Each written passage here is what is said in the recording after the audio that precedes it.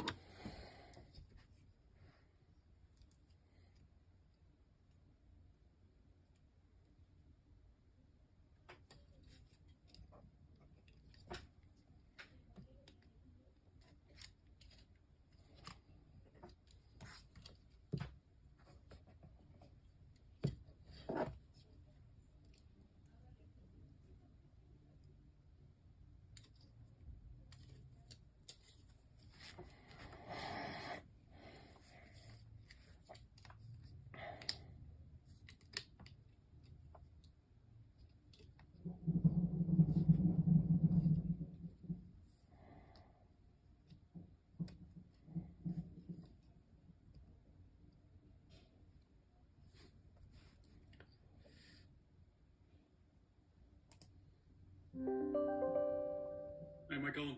Morning. So I asked Angela, I guess she's on by phone. Yep. Michael, I'm calling, and we're discussing things as far as feedback from some of the individuals that you've been working with in the last while. So, you know that with Shannon, that we had a number of discussions and meetings about, being on time, being responsive, and also, budget conscious. And so the Comet project has been a challenging one relative to the financials on it. And then, obviously Shannon's a little upset about how things went. And then there were some discussions about, how some of the meetings what happened in the field as far as professionalism. I guess there was a situation that you were with the client and contractor and then walked away from the conversation. So that was, at least one instance. And I know that we've had some meetings also with Nick relative to SRI. And the general feeling that Nick has is that what's been produced relative to the cost is not appropriate. And then his biggest concern that he has is that most of the things that he's getting are not timely as far as the response. He said like the mass check that we did, that it basically took about a month and a half to come up with the answer, and and realistically, Michael, that should have probably been done in a couple of weeks, and then and then we talked about that lateral connection more recently, and the comments that you had were legit, but I guess it was something that came up about November or October of last year, as far as details, and then we're not dealing with a potential concern in a timely manner. So we're coming from a lot of this stuff. As I went to the annual shareholder meeting, at the end of January, and I was approached by a number of individuals, based on the concerns with working with you as far as the timeliness and the financial success of the projects that you're on, and I took you off on intuitive surgical with the idea that you were, at the time seemed to be pretty busy, but I checked some of the jobs as an example on Comet. Roughly the earned amount is about $135,000, and that was probably a few weeks ago. And then a similar job that I compared it against is called Align, and actually it had a little bit more scope, and it was done for half the amount. And I know we had some nominal conversations, but at your years of experience, you need to be able to be more efficient than a junior engineer. And there is a concern that based on the timeliness, and even talking to Chris more recently again, it seems that we're always getting red lines at the last minute to complete a project, and that's having I think from Michael, I guess I don't understand sometimes how you're so swamped, on a regular basis, in that we, also are producing the red lines at the last minute. And so there are concerns that are being brought up. And there was a project that came up more recently. It had to be done relatively quick for Apple. And I was thinking that you might have a little bit more bandwidth, and maybe not, but there was a concern that you wouldn't be able to do it in a timely manner to, you know, you know, convince the Apple client that we're on top of things. And so there's some impacts that are happening based on trying to get work coming your way. So I mean I you know I think Shannon has been pretty clear about her communication about her frustrations on comment. I don't think that's been a surprise, and I know I was more or less defending you when we had the conversations with Nick and Scott, about what the deliverables looked like. But Nick is saying that at this point too, they have based on another opportunity with SRI, that the client specifically requested that HGA, structural engineering, not be part of the proposal. So there's definitely concerns relative to your performance. So I don't know if you have any comments about that, but we're at this point we're still going to do what we call a PIP, which is a performance improvement plan, and it's going to be focused and we'll get you a copy of this, but it's going to be focused on financial success, timely communication with project team members, clients, and contractors. And then, like in a normal situation, hopefully in 24 hours, but no more than 48. And we need to be better too about not producing red lines at the last minute for individuals to have to complete it, for a deadline. That's a problem too. The other thing is, I have everybody calling, asking questions. I can't, on different projects, I can't do that. Yeah. I can't put all the fires out. Yeah. Well, you have to, start looking at your timesheets more carefully here in the next while. I have to understand exactly the projects that you're working on, because, ultimately too, Michael, at least for last year, we had, it's always a little bit slower, but your utilization, let's say, is at 70%. The utilization, probably, in your role and responsibilities, probably needs to be more like 90%. And so, we're gonna have to watch that a little bit better too.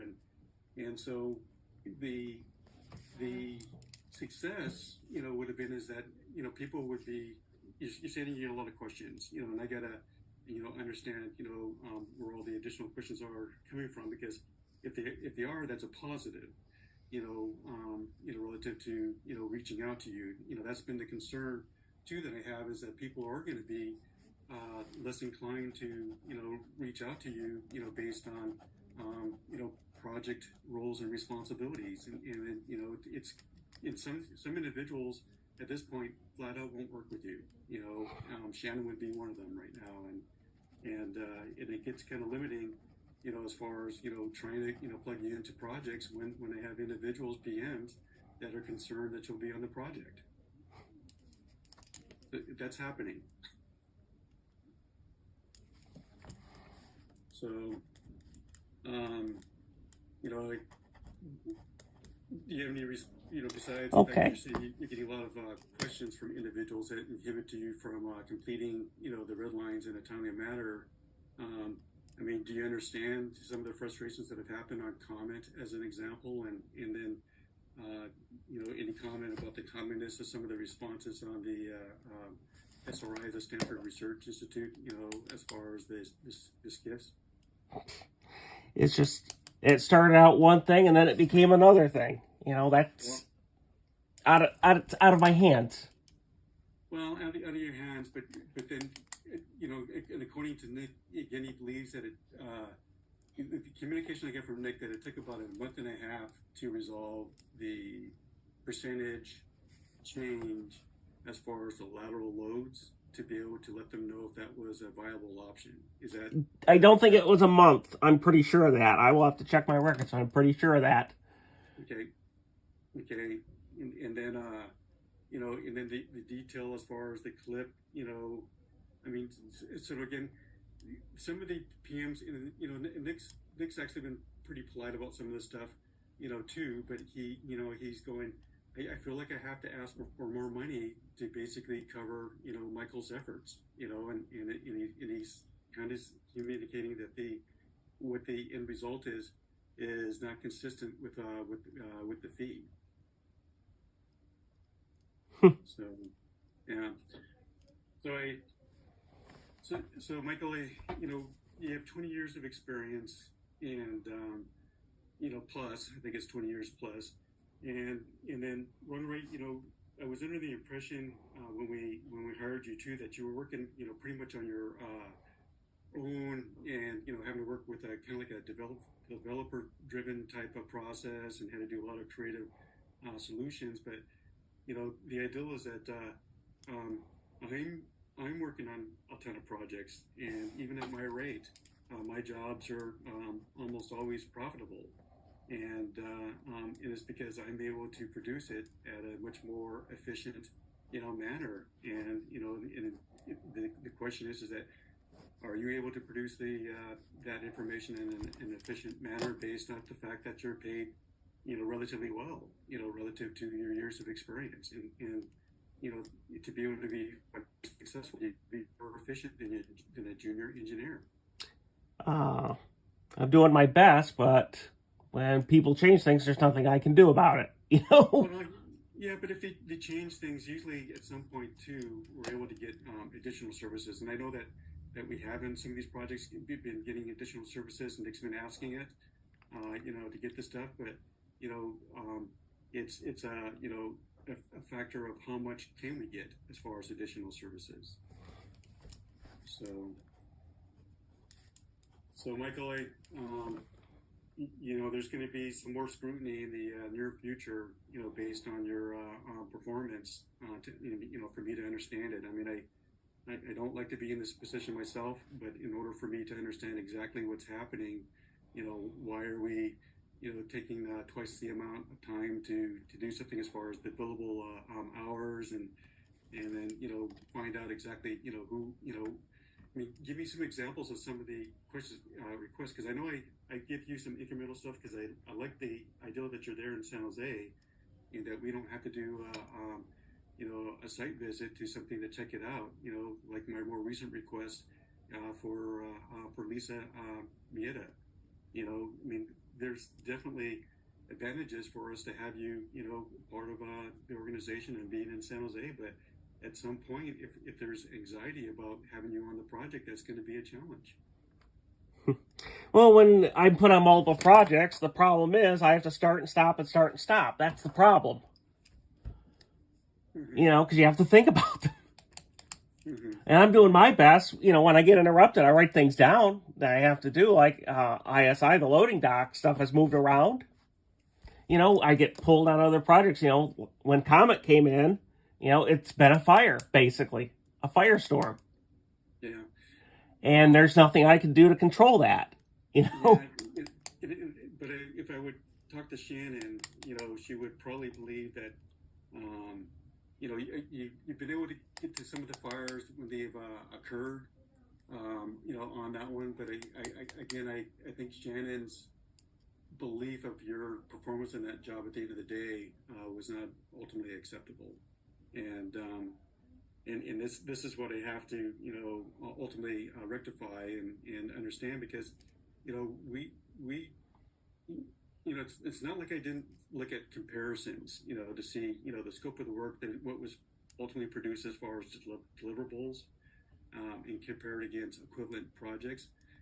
I have examples that show that, that it's been, financially more than twice the effort, to do the documents. And that's a problem. Yep, and I just got here too, so I don't know where everything is. That takes time. I've only been here a year. It takes time to know where stuff is. It's not something I can just pull out of thin air. Yeah. Well, so what happens, within HGA? Principals are ultimately responsible for the financial outcome in their projects, in addition to the PMs.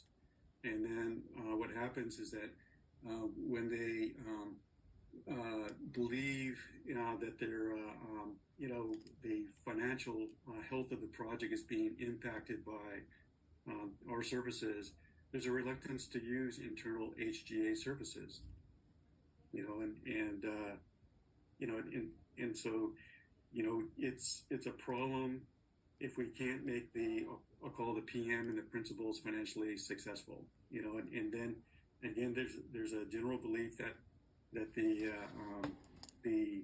timeliness of the production of the stuff is usually lacking. So that's the communication I'm getting. So, and Angela, I know you've been on the phone here, and I know that I think more recently you said you just talked to Shannon too, because it's a matter of me reaching out to the individuals and you know, basically asking them, you know, frank conversations or questions and you know, trying to get to the bottom of it. And then at some level I need to have Angela, you know, also, you know, collaborate, you know, if I'm, you know, hearing the same thing, you know, in effect. Yeah, so Michael, there's a couple of things. Thanks, Brent, for outlining, you know, the areas of what I'm going to say is opportunity. I know that, Michael, you've been, I think, with HGA now about a year, but I did have some conversations. Some people have approached me. Shannon is one of them, and then some leaders in the San Jose office. And so Brent has outlined some of those things. I guess for me, what I want to understand is, what do you need? What can we be? How can we help get you to the place that you need to be successful? Because I think that's important to understand, to make sure that we're providing a space for you to communicate what you think, but also if it's in line with your position, the expectations, project needs, and all of that kind of stuff. So I think that's, I guess, my first question for you. Okay, it's just that since I've been here, basically everything's been a fire. I'll be honest. You know, and the problem is when I move from one, you know, a fire comes up on another, I get called on another project. You know, it like this ISI and SRI. You know, everybody keeps asking for things, and I can't do everything. You know, everything's a fire. And when you say it's a fire, can you? A fire to me is when somebody wants it right now. Okay. That's a fire. Is that a deadline, or is it a request that comes from somebody with a? Some of it, sometimes it's a deadline. We have like Comet, we had RFIs in the field. You know? And, you know, I want it now. And for me, I make sure everything's, you know, every I and every T is crossed so we get a permit. I don't want to hand in a half-done project and then we get it rejected. Then we have a client that's really upset. You know? Yeah. That's a problem. Because then what happens is when you submit crap, the building departments put you on the bottom. And that's not fun. Mm-hmm. That is not fun at all. And I don't like being in that position. You know, I did that before, and it becomes a screaming match. So, Michael, your situation is not unique to yourself. I mean, basically, all of us we experience that on a daily basis. And the concern I have too is that when I communicate with individuals, they kind of feel that that you haven't been working on the issue over a period of time, and that your response to them typically is, well, I've been waiting for you to call, you know, type of thing. And instead of taking the initiative, you know, if you have information that you need, that you would reach out to them. And I don't know how efficient you are on the overall work day. I mean, yes, you know, your flow sometimes gets interrupted by the, you know, latest request that needs to be done immediately. And then I have my daughter. I have to pick her up from school, you know, because my wife works and she's you know, different areas. So I'm the closest one. So that's important. Yeah. Well, and I understand that, you know, those things, you know, happen and are necessary, you know, to deal with. But is HGA getting a solid, 40-hour work effort minus, I'll call it firm, meetings and whatnot. I mean, I am ultimately concerned that based on, I'll look into the details of it about all these additional, hot potato requests, how many you're getting, because, the concern I'm getting is that ultimately that people won't be reaching out to you in a best situation, being in San Jose, that they would be coming to you with multiple project requests, and that we would be having to add resources, to the San Jose office to help you out based on the additional workload. And the current concern is that it's going to be less likely for individuals to be reaching out to you, and it's going to be a challenge to ultimately in a sense keep you busy. People are that concerned about your efficiencies, professionalism, ability to complete assignments in a timely manner. I mean, all those things are what's being communicated to me by people that have been working with you. So that's why we're having this tough conversation right now.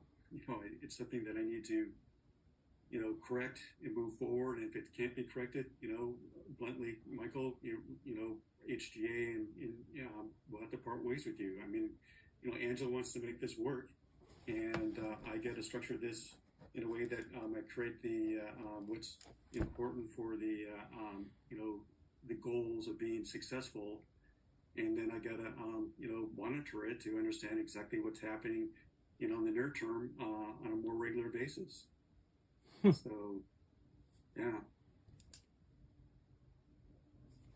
Yeah, part of my problem is whenever, everybody's dumping on me for their projects, I can't just stop and start it, especially when I have a big one on my plate, I can't do it. And I've had to learn to stop, Yeah. Maybe that's part of my problem too, Well,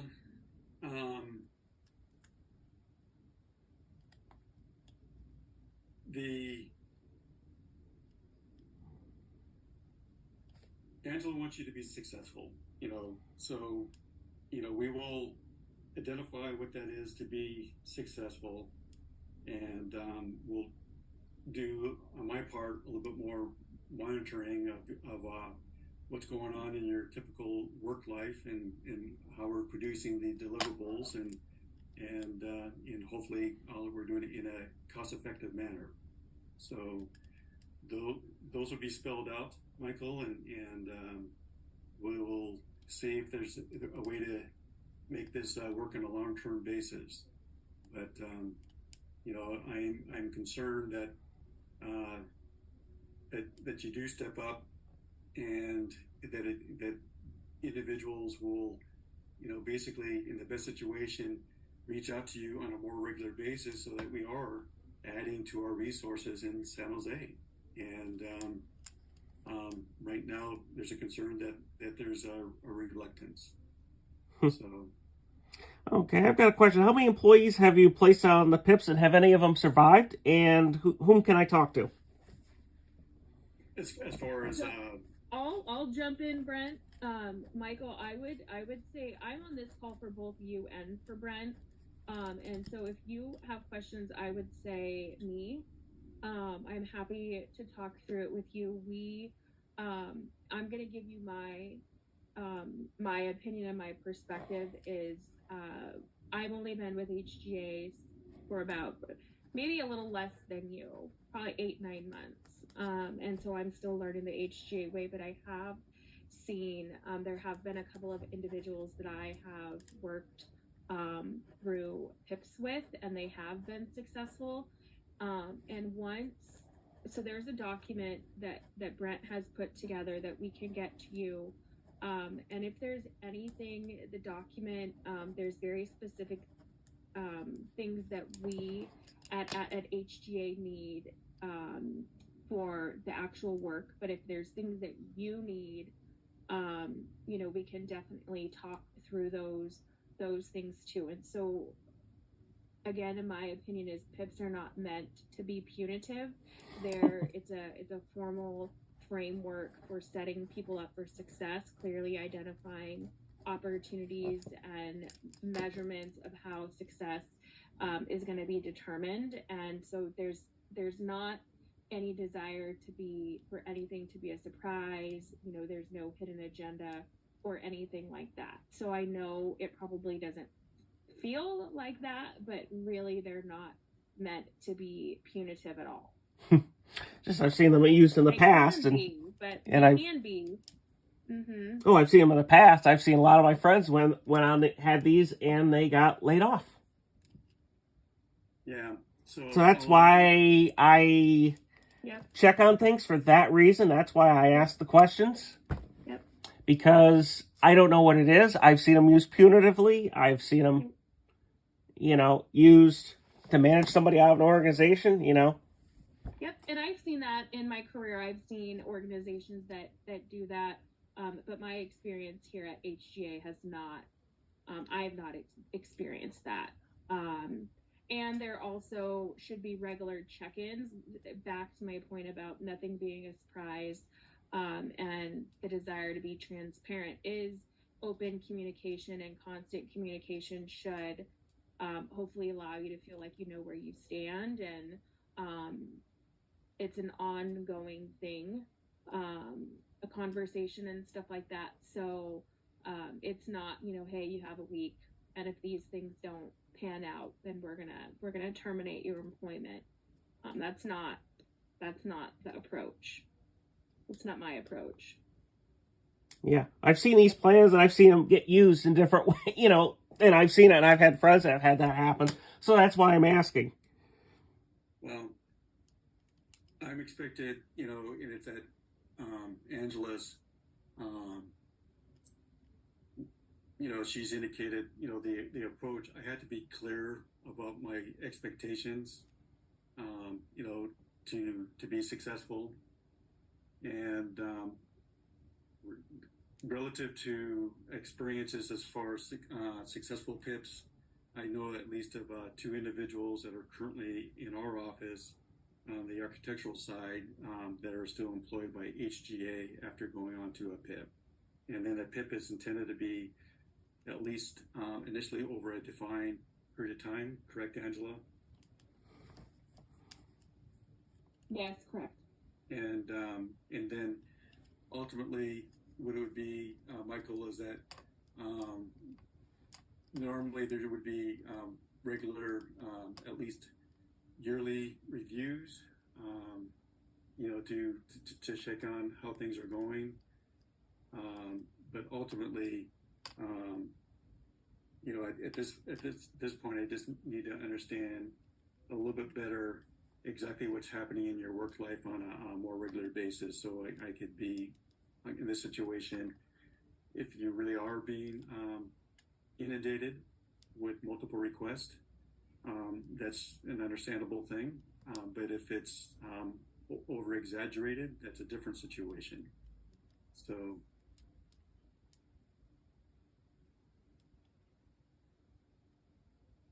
I mean, I think we've probably pretty much communicated. I communicated my concerns. We'll put together the formal PIP. I would, definitely reach out to Angela based on any additional concerns and comments, and we'll go from there. Okay. So if I find evidence to the contrary, will that PIP be withdrawn? That's what I want to ask. Well, yeah. Go ahead. Because I want to put things... Sorry, Michael, I don't want to interrupt you. I was just going to ask, what do you mean by if you find evidence? Yeah, I have one place at work where the guy, years ago, the guy wrote, I wasn't working, the projects weren't done, one day, and he failed to forget that I was on a communication with him, for 6 different projects that day, and when I presented the evidence, it didn't matter. And it was electronic evidence where somebody said they had a 2-hour conversation, but the computer said it was 37 minutes. I'll use that as an example. Is that here at HGA? No, it wasn't at HGA. Okay.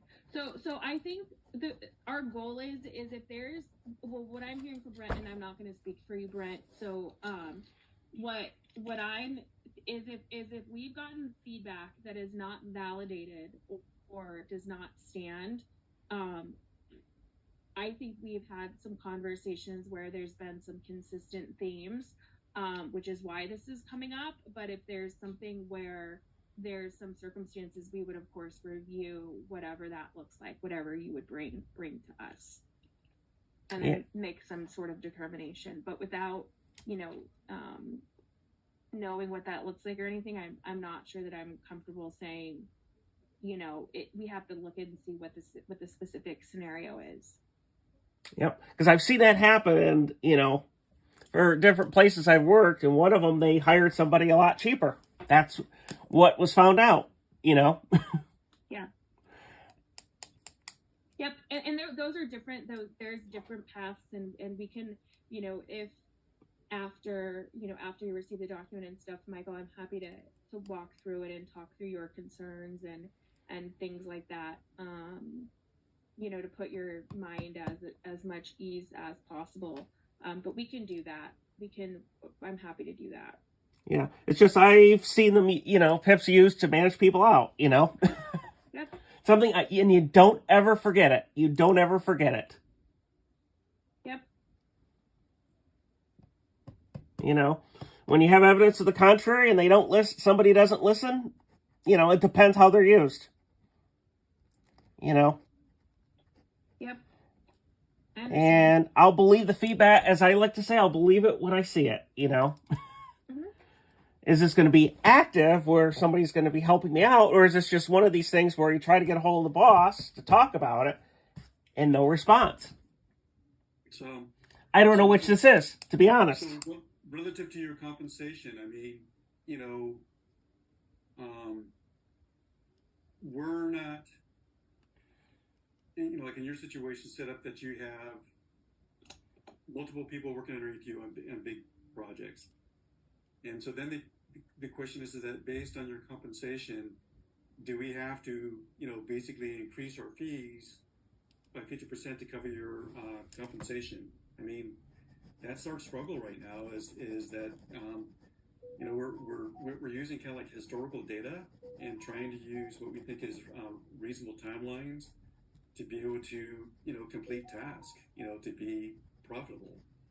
And at least in Shannon's mind, and also in Nick's, that they feel like they're having to ask for more money to, compensate for your ultimate work effort. And then even at the end of the day, Shannon's job is not even close to what she's thinking that she has to ask for an upcharge. So there, you have to, look and watch relative to, the projects. Michael, and if you want to get, share, like I said, a similar project as far as the overall scope, similar to Comet. And so, too, you're able to look at Project Central and open it up to see how the job is going from an actual versus what was the fee. So to a certain degree, I would say more so than not, HGA is pretty transparent, on the financial aspects of how the firm is doing and how projects are doing. And so I can show you how to find that information if you're not aware of it right now, so that you could, check to see how things are going in any particular project. Okay. I was under the impression that when I started, there was going to be some big projects and some little projects, and the big ones had the money that would make up for the little ones. Yeah. That's what I was thinking, Yeah, no, I understand that too. I'm concerned too that we don't have the larger projects, and part of it is adding, bandwidth, which we've been challenged with. And then at some degree, Intuitive Surgical was a large TI, Mm-hmm. And I know in the very beginning of that one, we had already done the lateral, on RAM, and then you insisted on doing another lateral analysis for the steel structure in addition to the basement by using E-tabs.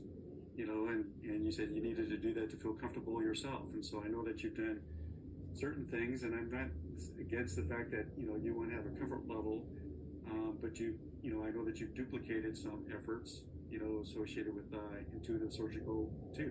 And Could you give me an example of that? well, that was doing the E-tabs when we had already completed a RAM analysis of the lateral system above the podium deck.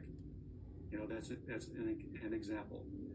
And ultimately, and again, maybe it's not within your wheelhouse, but I think you were struggling on the exterior wall framing details. So ultimately, it's possible that the responsibility of exterior wall framing, some of the interior detailing, anchorage is not in your wheelhouse based on your past experience. And then it's interesting too that I thought I gave you the example of the wood reinforcing, for the purlins, and then you reach out to Tony Chopper or Steger, and then I resend the information to you about the reinforcing the purlins from a line, and I thought we had talked about a line. That was a different situation. That was a crack down the wall, down the center of it. There wasn't one in a line. Yeah, no, that's the reinforcing for the split girder. But I'm talking about reinforcing the purlins to support the mechanical equipment. But I used it. So we will be putting the PIP together and define things that I want to monitor as far as success, and then we'll go from there. And when will I expect the paperwork for it? Yeah, it'll be the early next week.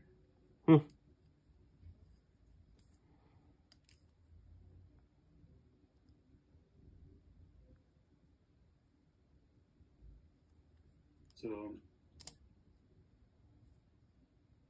Angela, any other comments before we take off? Nope, I don't have anything. But if you do have questions, Michael, Brent, the only thing I ask is I know we're gonna work. You'll send over that paperwork and stuff like that. But if you'd like for me to schedule a follow up, Michael, I'm happy to do that. Okay. How long do PIPs last in this company? I think it depends on the situation. I've seen them short, and then I've seen them also long. I would say what I've seen, and Brent, you might have seen things different as an office director in your tenure at HGA, but I think the ones I've worked have been 5 to 6 weeks.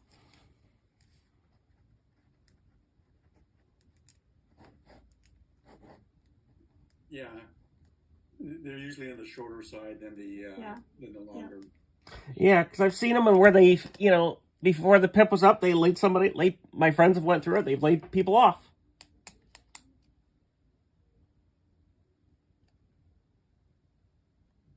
Yeah, I mean, that could happen. I don't know what the circumstances were in that situation, but there's a difference between a layoff too and a termination. There could be a layoff due to lack of work, and there could be a termination based on performance. So I can't speak to that scenario.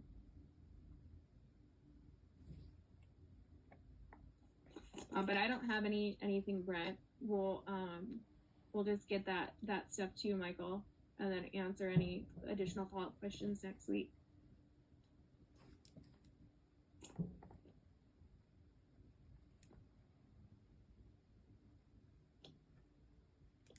All right. Is there anything else?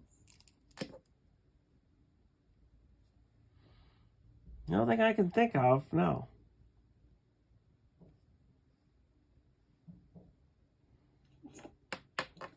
Okay. Anything else, Brent? No? Nope, that's it. Okay. Well, thank you both for your time this morning. right. Bye, guys. Bye.